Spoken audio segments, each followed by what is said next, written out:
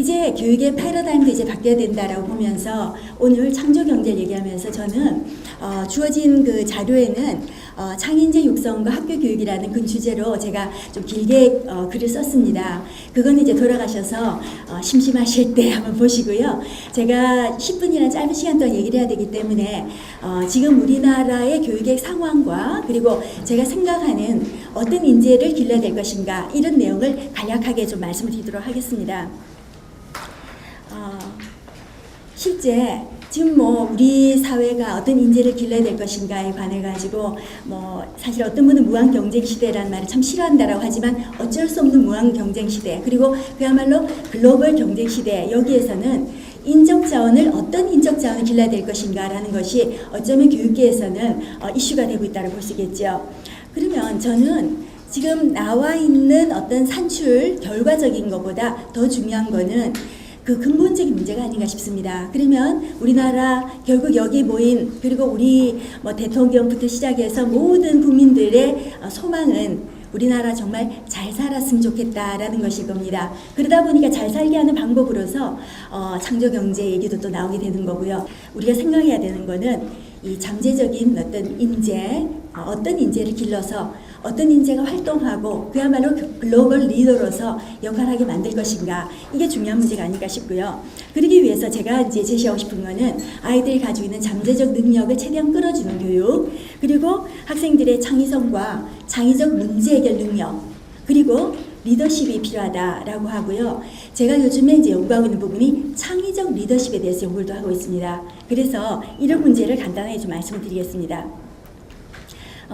이제 앞에 우리 원장님께서도 말씀하셨지만은 이제 그 국가 간의 경쟁의 아주 핵심은 창의성 그리고 창의적 문제 해결력이다 알아보는데요.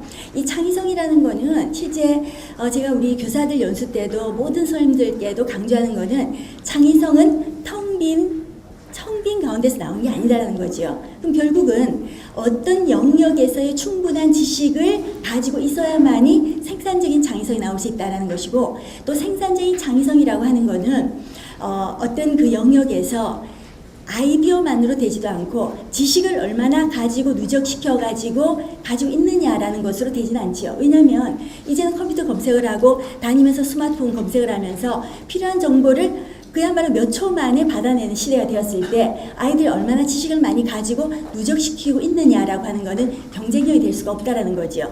그렇다면은 그런 지식 기반의 창의성, 지식 기반의 창의적 문제 해결력을 기르는 교육이 돼야 되겠다라는 말씀 드리고 싶고요. 그래서 창조 경제는 결국은 상상력과 이 창의성에서부터 비롯된다라는 이제 생각을 가지면서 우리 그 정부 지난 정부에서 2009년도 교육과정 개정을 했습니다. 그래서 2009 개정 교육과정에 새로이 들어간 것이 창의적 인성 교육 정책을 발표했습니다. 창의 인성 교육 정책이라는 거는 조화로운 인성을 갖춘 창의적 인재 육성이라는 걸 목표로 해서 2010년, 2011년, 2012년 동안 정말 열심히 이런 인성이 좋은 아이 그리고 창의적인 아이들을 기르자라고 해서 초중 고등학교에 이런 이제 우리 기본 교육 과정에 창의인성 교육을 접목시키는 그런 작업을 했습니다. 제가 그때 2010년도에 범교과, 어떤 교과에 관계없이 모든 교과에 쓸 수 있는 창의적 수업 모델을 개발해서 초중고등학교에 어떻게 하면은 창의적인 인재를 기를 수 있을까라는 교육과정과 프로그램을 개발해서 보고받는 일을 했었고요. 제 소망은, 모든 분들의 교육하는 사람의 소망이 똑같겠지만 소망은 정권이 바뀌면은 교육정책이 바뀌면은 안 된다라고 하는 거지요. 그래서 2012년 후반기에 제가 했던 일이 또 이제 교과부에서 요청한 거지만 3년 동안의 교육정책이 성공적이었냐라는 거는 결국은 그 교육에 효과가 있었느냐라고 하는 거지요. 결국은 그 효과가 3년 만에 나타난 건 절대 아니지만 그래도 우리가 가시적으로 어떤 효과가 좀 보이는가는 확인을 해야만이 그 다음 정권이 그 교육 정책을 그대로 유지할 것인가 아닌가를 결정하는 거지요. 그래서 이때 이제 목표로 삼았던 것이 결국은 창의성은 굉장히 중요한 요소가 된다. 그리고 창의성에 영향을 주는 도시와 국가들을 보니까 이러한 과학기술이나 관용이라든지 하는 인성적인 부분과 재능이 중요하더라. 거기에 따라서 이제 창의성은 무엇이냐라고 하는 이런 개념을 가지고요.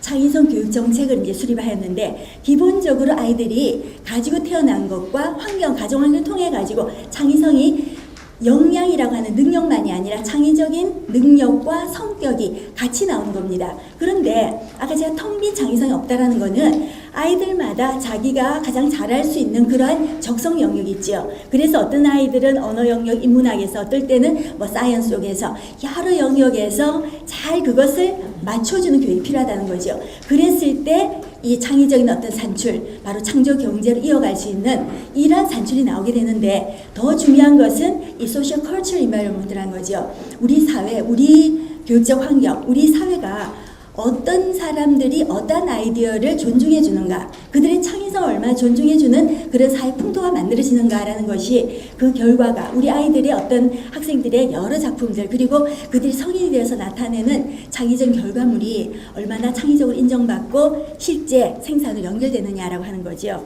이런 모델을 제시하고, 이 아마바이라고 하는 이제 경제학자가 얘기했던 이 창의성이라는 것도, 결국 창의성은 어떤 사고 기술적인 문제만이 아니라 리소스가 중요하다.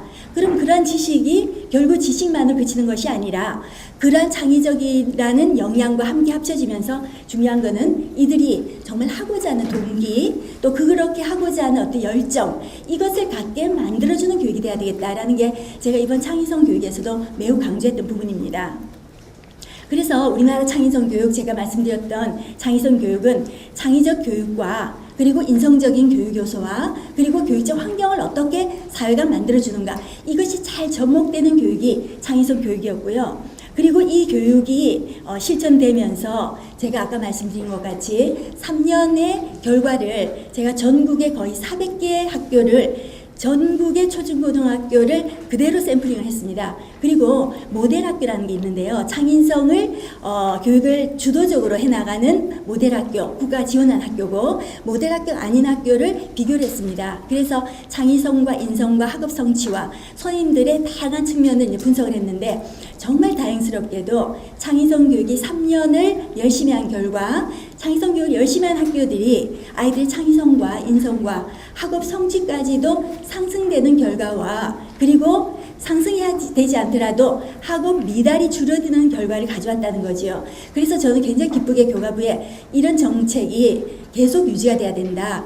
그런데 정말 다행스러운 거는 이번에 창조경제를 또 말씀하시면서 교육에 있어서도 창의성 교육, 또 그러면서도 정말 인간적인, 인간이 되는 교육이 함께 가는 것이 아마 유지되고 있지 않나라는 생각이 들어집니다.